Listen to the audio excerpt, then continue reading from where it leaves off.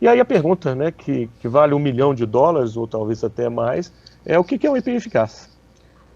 Primeiro ponto importante, que isso não é claro para o próprio governo. Numa reunião que a gente teve com a Animaseg e com a Secretaria de Previdência e Trabalho, no final do ano passado, o próprio governo tem dúvida do que seria a definição clara de um EPI eficaz ou de uma proteção eficaz.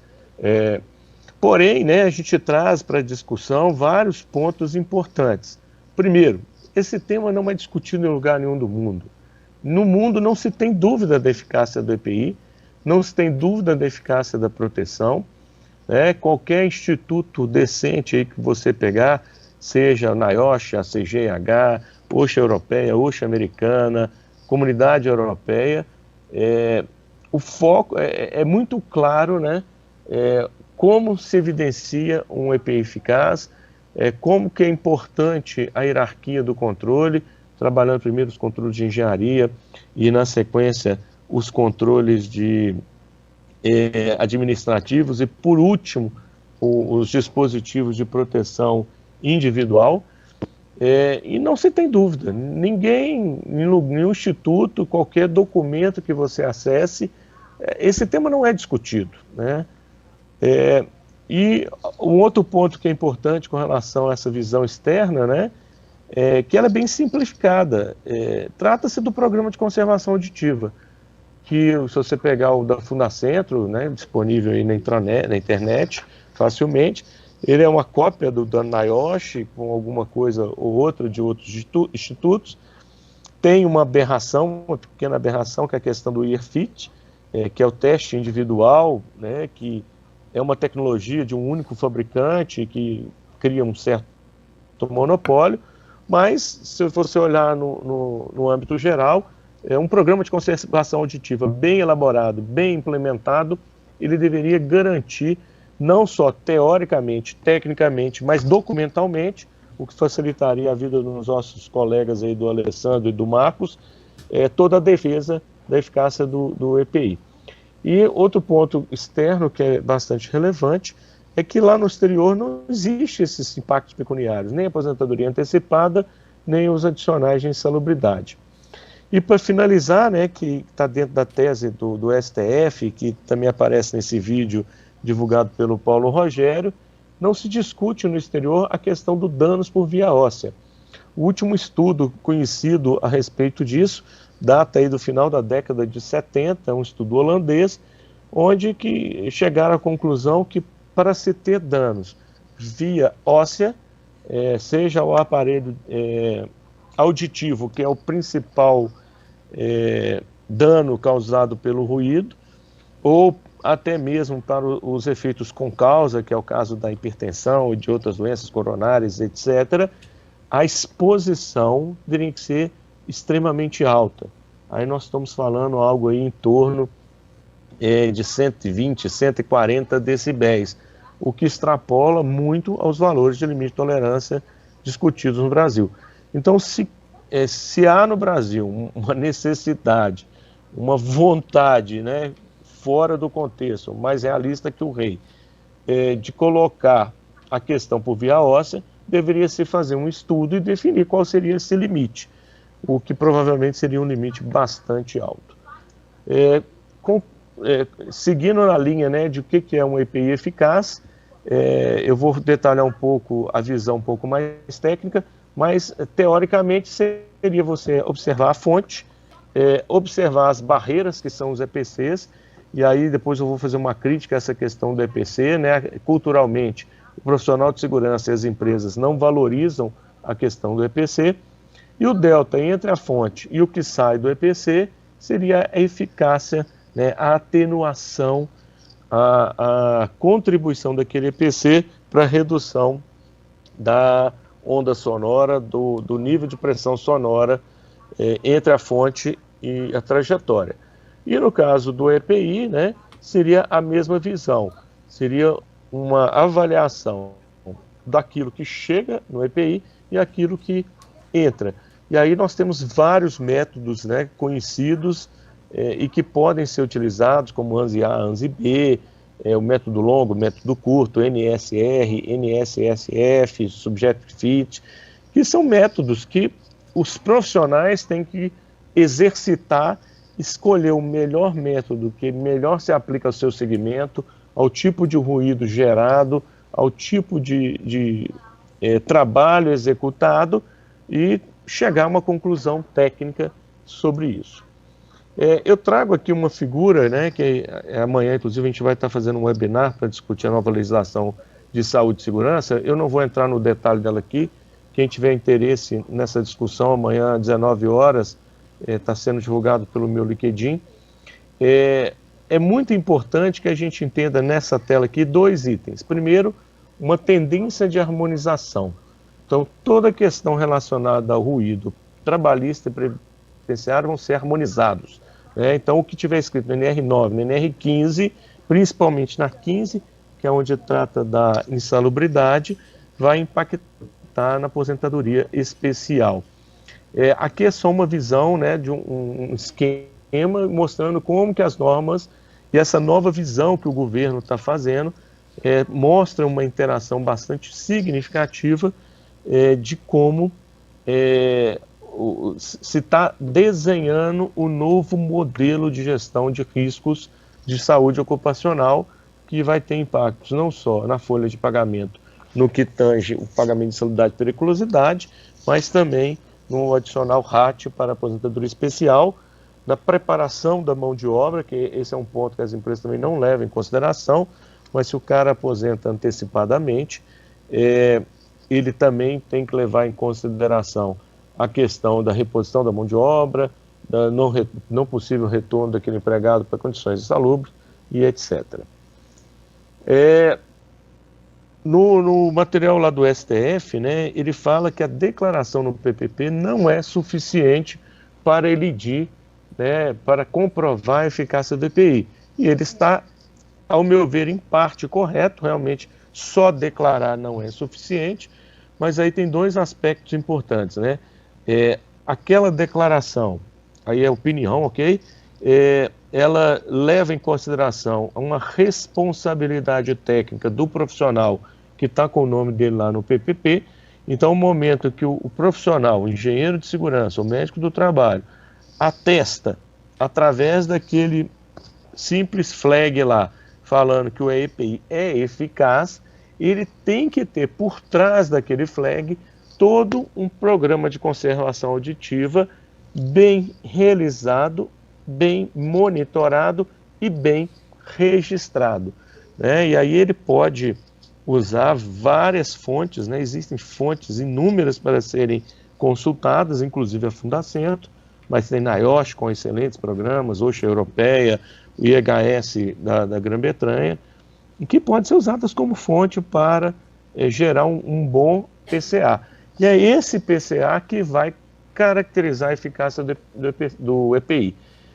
O primeiro ponto, né, que eu destaco, que é o início, é uma boa avaliação e monitoramento da exposição. Eu vi o Dr. Marcos falando, né, que tem que ter a avaliação renovada, etc. E a gente tem que tomar muito cuidado, né, que o mindset, principalmente do profissional de segurança, é fazer medições. E avaliação e monitoração da exposição não está associado exclusivamente a fazer medições, mas principalmente a fazer boas medições, a escolher bem os grupos que serão avaliados, a fazer medições representativas, né? Aí tem vários conceitos técnicos que são fundamentais.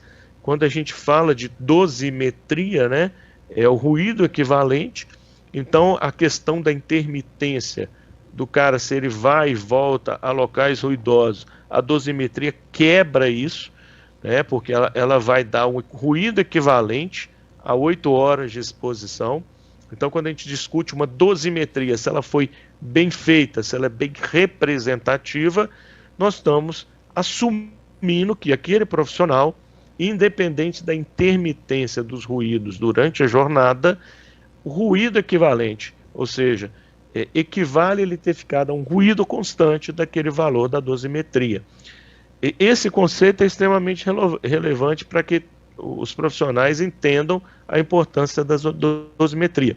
Mas uma avaliação e um monitoramento de exposição é muito mais do que fazer dosimetria.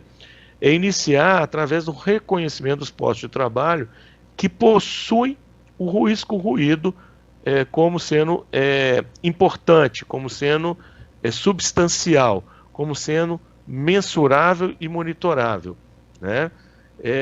Não só aqueles postos de trabalho que estão em locais ruidosos, mas aqueles postos de trabalho, de escritório, de pessoas que vão com frequência, e aí deve-se avaliar qual frequência, qual o impacto da presença dessas pessoas no ambiente de trabalho ruidoso.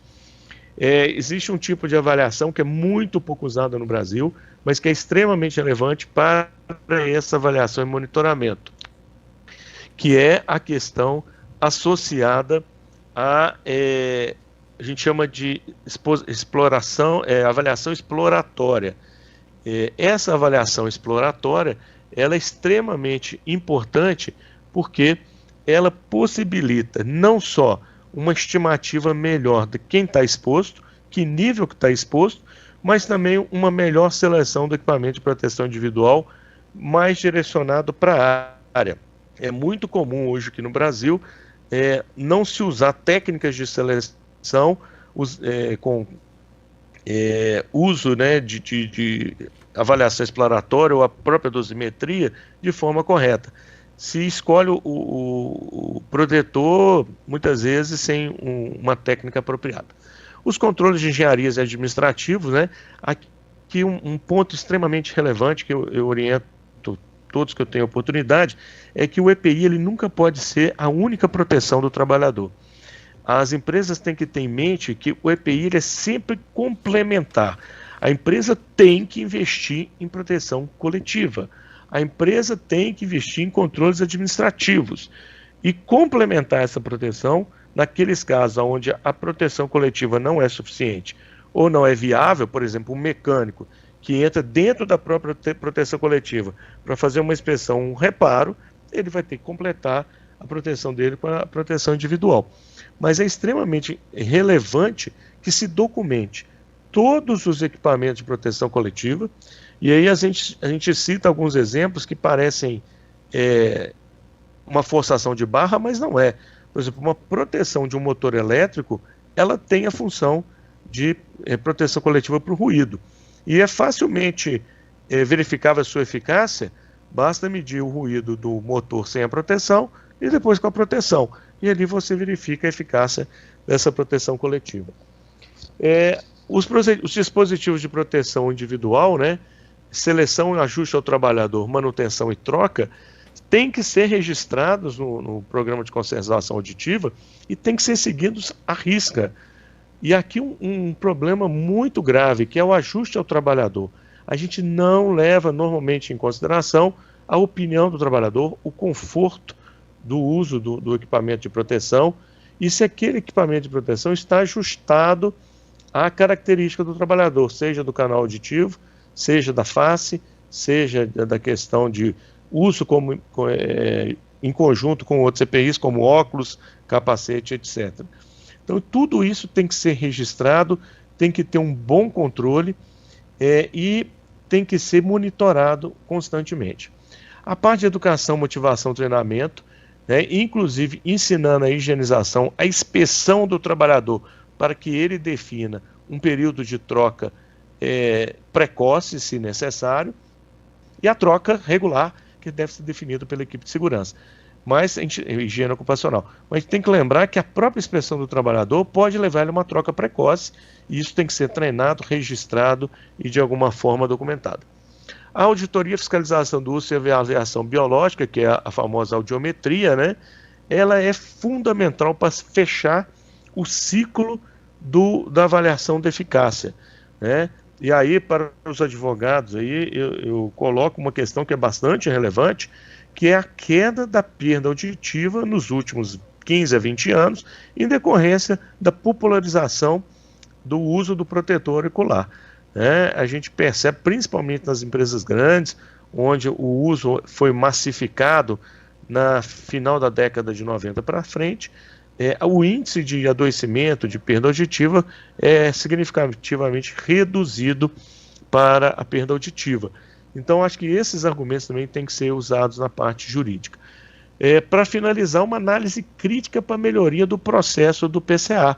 Então, assim, periodicamente, né, a gente sugere anualmente, evidentemente que algumas empresas talvez tenham que fazer semestralmente, porque tem mais problemas, outras, à medida que o programa vai ficando mais maduro, pode reduzir essa frequência para cada 2 anos, 1 ano e meio. Isso vai depender muito da maturidade e o progresso do programa de conservação auditiva, mas essa análise crítica tem que ser feita, tem que ser registrada as melhorias e tem que se objetivar uma redução gradativa do número de expostos a ruído nas empresas. Isso é que vai demonstrar, né, e está muito em consonância com a nova legislação, com gestão de risco ocupacional, a boa intenção da empresa de realmente preservar a saúde do trabalhador e aí ficar livre desses tributos que também são, na verdade, uma punição pela empresa não preservar a saúde do trabalhador. Qual que é o status atual, né? A Receita Federal, que estava aí meio adormecida, esperando o E-Social entrar para que a gente pudesse, de alguma forma, atuar e buscar esse passivo. Com o adiamento do E-Social para setembro, teve que começar a agir.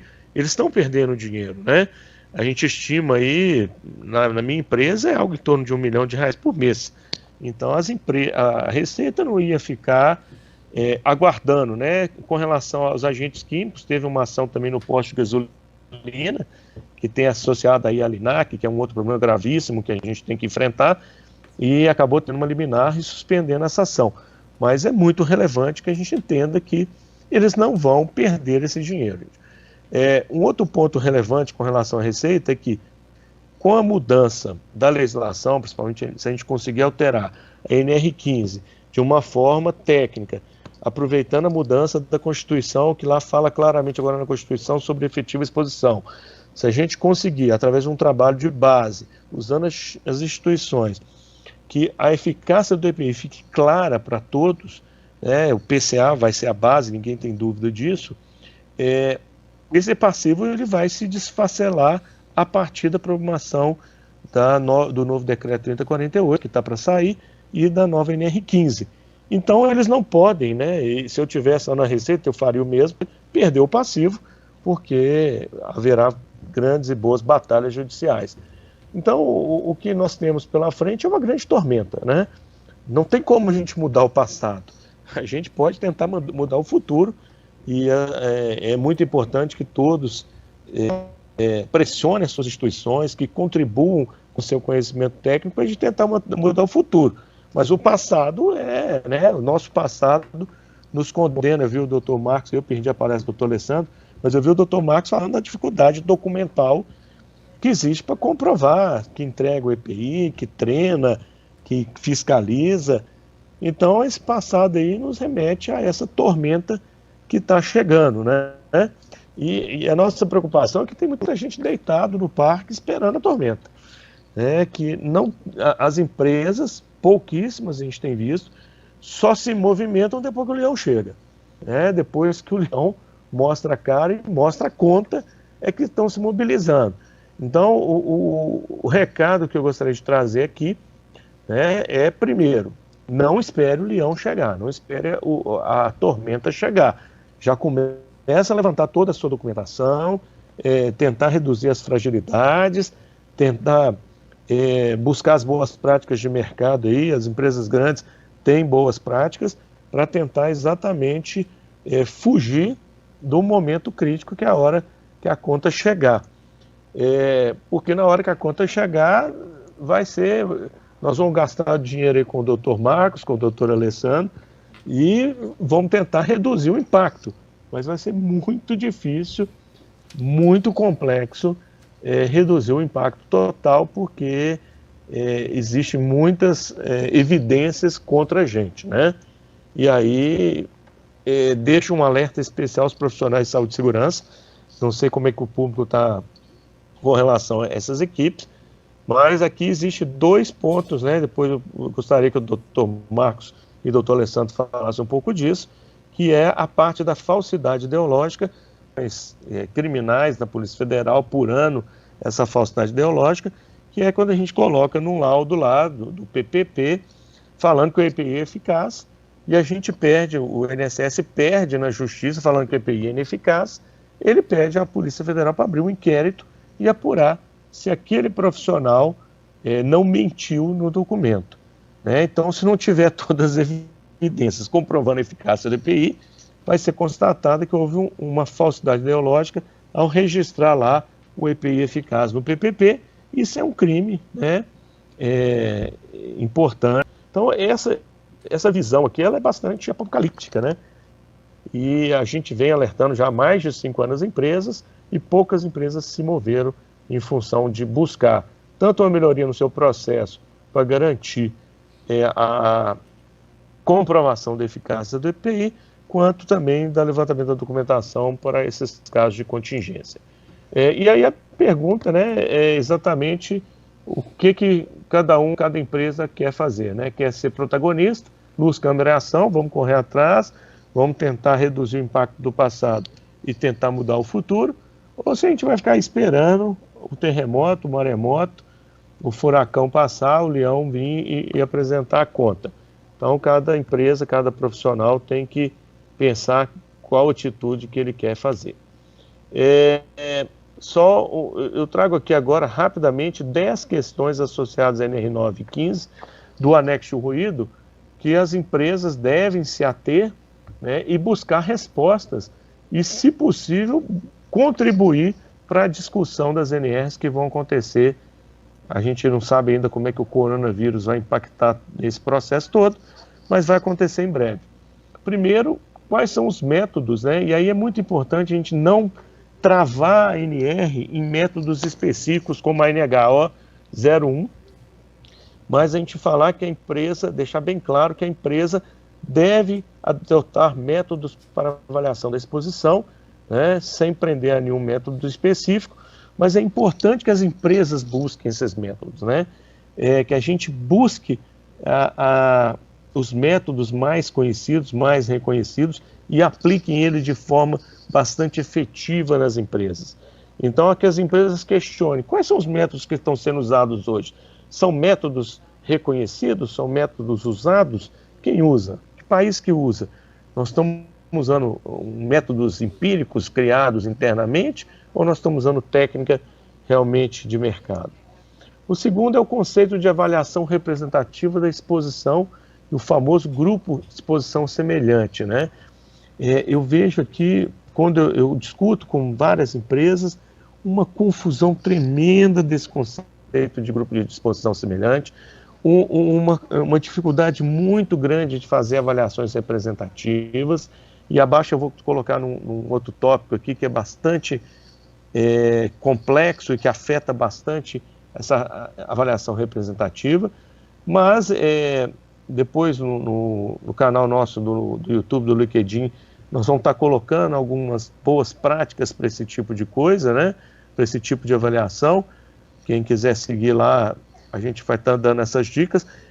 É importantíssimo que se use técnicas, conhecidas, reconhecidas, nacional e internacionalmente. Um terceiro ponto é os tipos de barreiras, né, e o critério de avaliação da eficácia do EPI e do EPC. Evitar de toda e qualquer forma amparar somente a proteção na proteção individual. Isso é o maior crime que a gente pode cometer contra a própria empresa.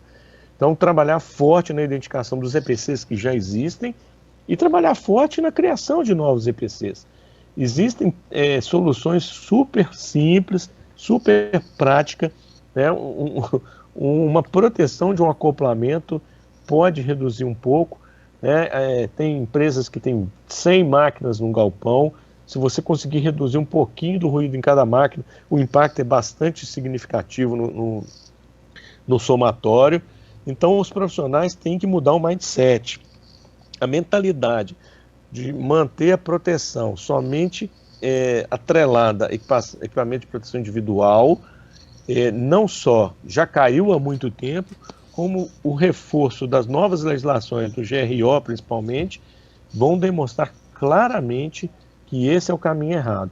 Então, buscar o controle de engenharia, né, na fonte, na trajetória, os controles administrativos, rodízio, revezamento, definição clara de que momento pode ou não acessar os locais de mau ruído, e o EPI tem que ser sempre um recurso complementar. Eduardo, nós vamos ter que um recurso adicional, tá? E não um único recurso.